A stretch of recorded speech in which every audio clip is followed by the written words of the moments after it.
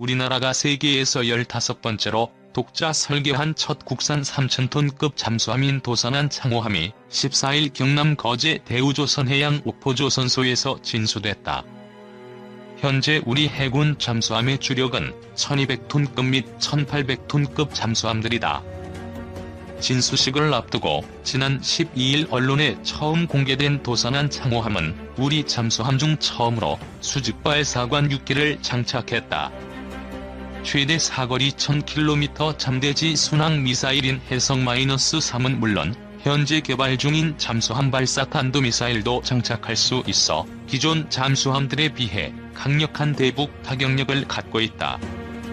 본격적인 SLBM을 장착하면 장보고 3급은 북한뿐 아니라 중국, 일본의 군사적 위협에 대응한 본격적인 전략무기가 될 수 있다. 잠수함 전문가인 문근식 한국국방안보포럼 대외협력국장은 3,000톤급 이상의 잠수함은 SLBM을 쏠 수 있는 수직발사관을 탑재할 수 있어 전략적 의미가 있다고 말했다. 건조 비용만 1조 원이 들었다. 이날 진수식은 문재인 대통령과 송영무 국방장관 등 군 수뇌부, 방산업체 관계자들이 참석한 가운데 개최됐다. 문 대통령은 이날 축사를 통해 힘을 통한 평화는 우리 정부가 추구하는 흔들림 없는 안보 전략이라며 강한 군과 국방력이 함께해야 평화로 가는 우리의 길은 멈추지 않을 것이라고 말했다. 문 대통령은 또 저는 3차 남북 정상회담을 위해 다음 주 평양에 간다.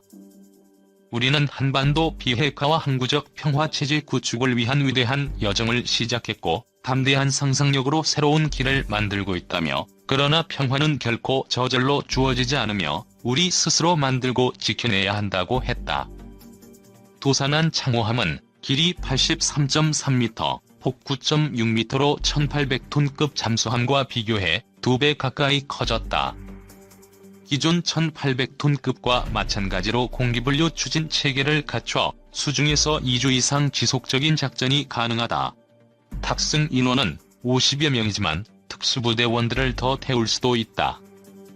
도산한 창호함은 시험평가를 거쳐 2020년 12월 해군에 인도된 뒤 전력화 과정을 거쳐 2022년 1월에 실전 배치된다. 하지만 주 신두시간 근무제 도입으로 내부 전기 배선 공사 등이 당초 계획보다 7에서 12개월 늦어지게 돼 대책이 필요한 상황이다. 특히 도산한 창호함이 관심을 끌고 있는 것은 전략무기로 간주되는 SLBM 6기를 장착한다는 점이다. 군 당국은 당초 2020년부터 2023년까지 총 3척을 도입하는 장보고 3급 배치-1에 탄도미사일 없이 잠대지 순항 미사일을 탑재할 계획이었다. 하지만 북한의 북극성-1형 등 SLBM 개발에 따라 우리도 SLBM을 개발해 탑재하는 것으로 계획이 바뀌었다. 군 당국은 2022년 실전 배치 목표에 맞춰 SLBM을 개발할 계획인 것으로 알려졌다. 한 소식통은 이미 SLBM 지상 사출 시험은 완료했으며 수중 발사 시험을 앞두고 있는 것으로 안다고 말했다.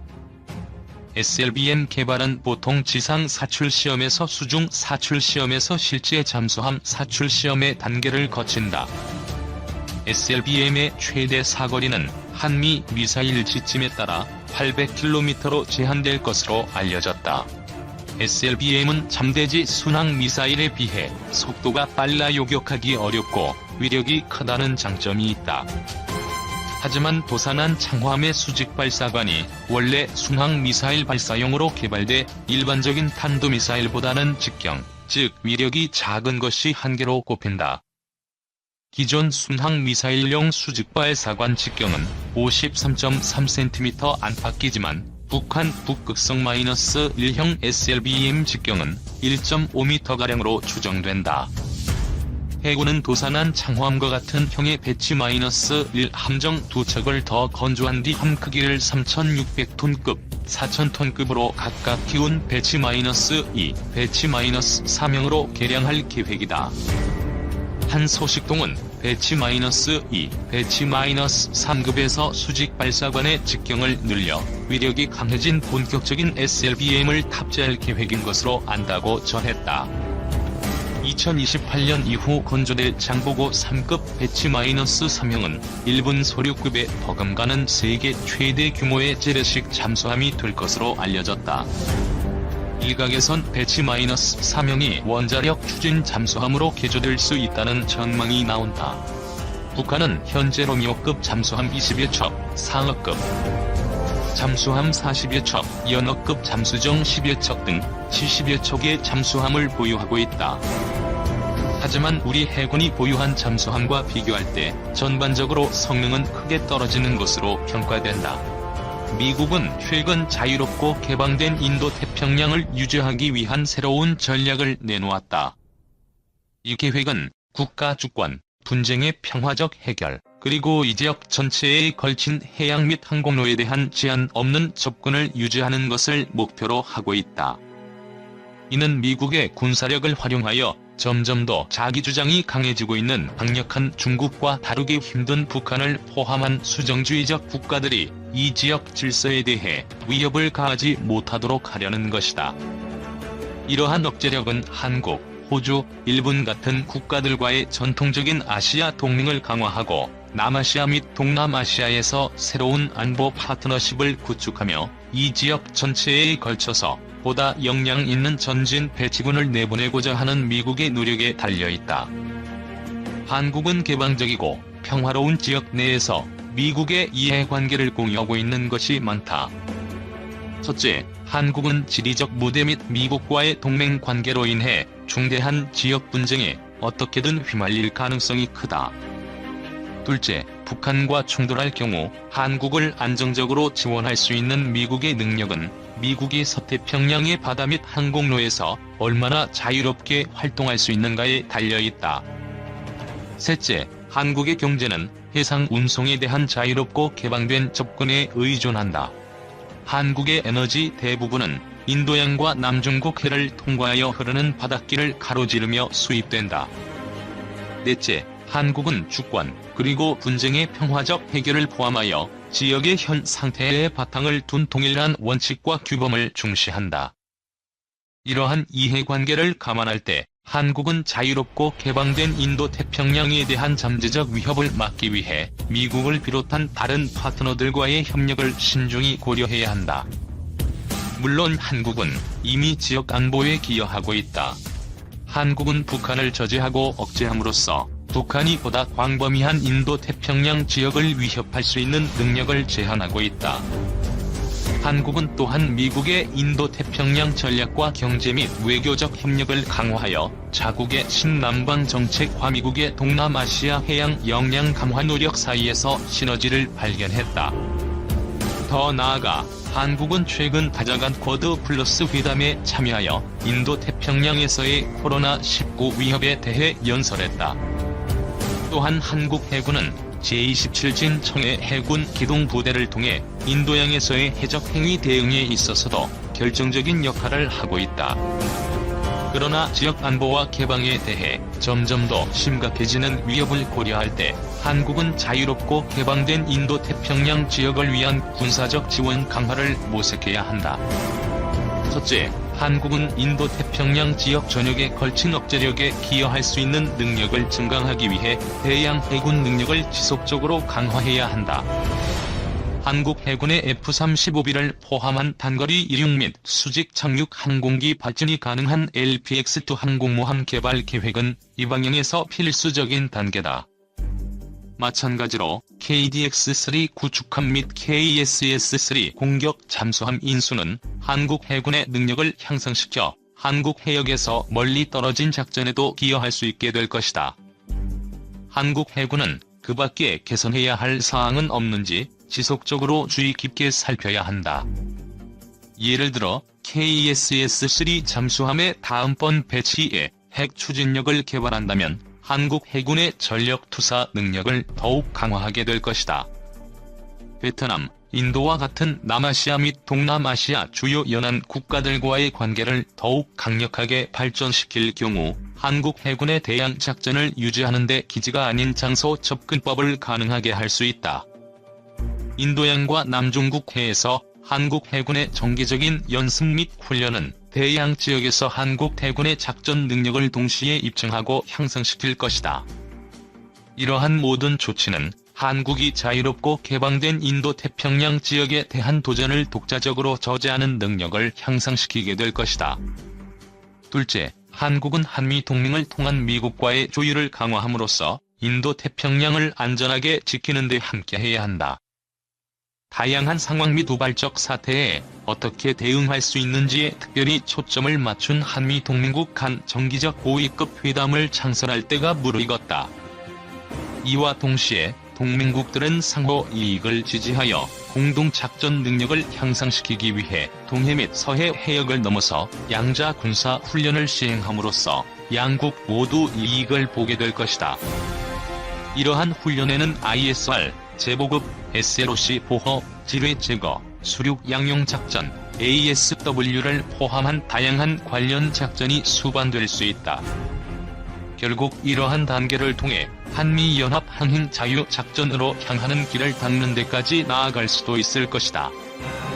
훈련 및 대화를 통해 동맹의 지역적 초점이 강화되기 때문에 한미 양국은 또한 외교 및 공공성명에 있어서 이러한 확대된 초점을 적절히 잘 강조하게 될 것이다. 마지막으로 한국이 강력한 다자간 인도태평양 안보 네트워크의 발전을 위해 노력한다면 그로 인한 혜택을 보게 될 것이다. 그러한 네트워크는 지역의 현 상태에 대한 위협을 저지하기 위한 동맹국의 노력에 매우 필요한 역량 및 정당성을 더하게 될 것이다. 한국은 미국 및 일본과의 기존 3국 간 공조를 다지면서 전략회담과 정보 공유를 심화시킴과 아울러 새로운 연합 해군 작전의 기회를 모색할 수 있다. 한국은 또한 미국, 호주, 인도, 일본이 인도태평양에서의 공유된 목표와 조정 기회에 대하여 논의하기 위해 마련한 4개국 회담에서도 상임 이사국 자리를 차지할 자격이 있다. 이러한 다자간 조치는 잠재적 도전자들이 지역 질서를 어지럽히는 것을 단념하도록 하는 데 도움이 될 것이다. 이러한 모든 행보, 심지어 가장 작은 조치들까지도 이 지역 내 수정주의 국가들로부터 격렬한 항의를 불러일으킬 것이라는 것은 불가피하게 인정해야 한다. 중국은 한국의 경제 파트너로서의 중요성을 활용하여 한국이 지역 질서 지원 역할을 포기하도록 위협할 수 있을 것으로 기대하고 있다. 중국은 이미 스스로를 방어하기 위한 한국의 주권을 간섭하기 위해 자국의 경제적 영향력을 이용할 용의가 있음을 보여주었다. 그러나 한국은 자유롭고 개방된 지역에서 자국의 장기적인 전략적 이익에 주의를 기울여야 한다. 중국이 한국의 안보 정책에 대해 거부권을 행사할 권리가 있다는 선례를 만드는 건 현명하지 못한 일일 것이다. 한국은 과거에 THAAD 시스템의 배치 과정에서 중국의 압력을 무사히 헤쳐나갈 수 있음을 보여주었다. 호주와 일본 역시 모두 중국을 수출 시장으로 중시하지만 중국의 반발에도 불구하고 미국의 인도태평양 전략을 지지할 수 있음을 보여주었다. 종합적으로 볼 때 한국은 자유롭고 개방된 인도태평양을 위한 자국의 지원을 강화할 수 있는 방법을 모색할 수 있으며 또한 모색해야 한다. 문재인 대통령이 14일 경남 거제 대우조선해양 목포조선소에서 허행된 국내 최초 3,000톤급 차기 잠수함 도산 안창호함 진수식에 참석했다. 도산 안창호함은 국내에서 독자적으로 설계하고 건조한 잠수함 장보고 3.1번함이다. 이 잠수함은 2012년 방위사업청이 대우조선해양과 계약을 체결한 후 2014년 착공식과 2016년 기공식을 가졌다. 도산안 창호함은 해군에 첫 도입되는 중형급 잠수함으로 외부의 전방위적 위협에 대응할 수 있는 국가 전략 무기 체계로 평가받는다. 도산 안창호함 진수로 우리나라는 잠수함을 독자 설계하고 진수한 국가 대열에 합류했다. 정부가 최근 핵추진 잠수함 개발과 관련해 미국의 협조를 얻기 위한 외교에 나서고 있다. 지난 7월 한미 미사일 지침을 개정해 미사일과 우주발사체 개발 제한을 일부 해제한 정부는 핵잠수함 개발에 족쇄도 풀겠다는 의지다. 하지만 핵 비확산 체제를 주도하는 미국이 한국의 핵잠수함 개발 계획에 도움을 주긴 어려울 것이라는 전망도 제기된다. 문재인 대통령은 지난해 10월 1일 국군의 날 기념사에서 강력하고 정확한 미사일 방어체계, 신형 잠수함과 경항모급 상륙함, 군사위성 등 4가지를 최첨단 방위체계의 핵심 요소로 꼽았다. 이 중 미사일과 군사위성 개발을 위해선 한미 미사일 지침 개정이 필요했고, 문 대통령의 자주국방, 국방주권을 외교적으로 뒷받침해온 김현종 청와대 국가안보실 2차장이 직접 나섰다. 김 차장은 미국과 한미 미사일 지침 개정 협상을 통해 지난 7월 우주발사체의 고체 연료 사용 제한 해제 등에 합의했다. 김 차장은 개정 발표 브리핑에서 2020년대 중후반까지 자체적으로 고체 연료 발사체를 이용해 적에도 군사 정찰 위성을 다수 발사함으로써 정찰 능력은 비약적으로 향상될 것이라고 설명했다. 정부는 군사위성의 다음 목표로 핵잠수함을 택한 것으로 보인다. 김 차장은 개정 발표 후 언론 인터뷰에서 문 대통령이 지난해 국군의 날 기념사를 언급하며 차세대 잠수함은 핵연료를 쓰는 엔진이라며 핵잠수함 개발 추진을 시사했다. 문 대통령은 이미 2017년 대선 기간에 핵잠수함 개발을 공약으로 내건 바 있다. 이후 김 차장이 지난달 16에서 20일 비공개로 미국을 방문한 사실이 뒤늦게 알려졌는데, 당시 백악관과 국무부, 국방부뿐만 아니라 에너지부와 상무부 관계자도 면담한 사실이 주목을 끌었다. 미국으로부터 핵잠수함에 사용되는 핵연료를 공급받기 위해 에너지부, 상무부 관계자와 협의한 것 아니냐는 관측이 나왔다. 한 언론은 당시 미국이 핵연료 공급을 거부했다고 보도했다. 핵잠수함 개발을 위해선 미국의 협조가 중요하다. 한미 원자력 협정은 한국이 미국으로부터 이전된 우라늄을 한미 간 합의를 통해 20% 미만으로만 농축할 수 있다고 규정한다. 아울러 미국으로부터 이전된 핵물질 등은 군사적 목적을 위해 이용되지 않는다고 명시돼 있다. 이에 핵잠수함에 사용되는 핵연료인 저농축 우라늄을 미국으로부터 얻기 위해선 원자력 협정을 개정하거나 별도의 협정 또는 합의를 맺어야 한다. 정부는 원자력 협정 개정보다는 별도의 협정 또는 합의 체결을 통해 미국으로부터 핵잠수함용 핵연료를 공급받는다는 계획인 것으로 보인다. 김 차장은 핵잠수함과 원자력 협정은 완전히 별개이고 전혀 연관성이 없다고 말한 바 있다. 이에 대해 박원곤 한동대 교수는 도널드 트럼프 대통령은 이전 행정부에 비해 핵 비확산 체제에 무관심하기에 한국의 핵잠수함 개발 계획에 협조할 여지가 있었고, 청와대도 이를 고려해 트럼프 행정부와 협상을 추진한 것으로 보인다라면서도, 하지만 미국 관료들은 비확산 체제 유지에 대한 강한 신념이 있어서 이들의 반발을 극복하기 어려울 것이라고 전망했다. 신범철 한국국가전략연구원 외교안보센터장은 정부가 미중 갈등하에서 미국을 적극 지지하는 데 주저하고 있는데, 트럼프 행정부가 한국의 핵잠수함 개발에 선뜻 협조할지 의문이라며, 아울러 미국 민주당은 비확산 체제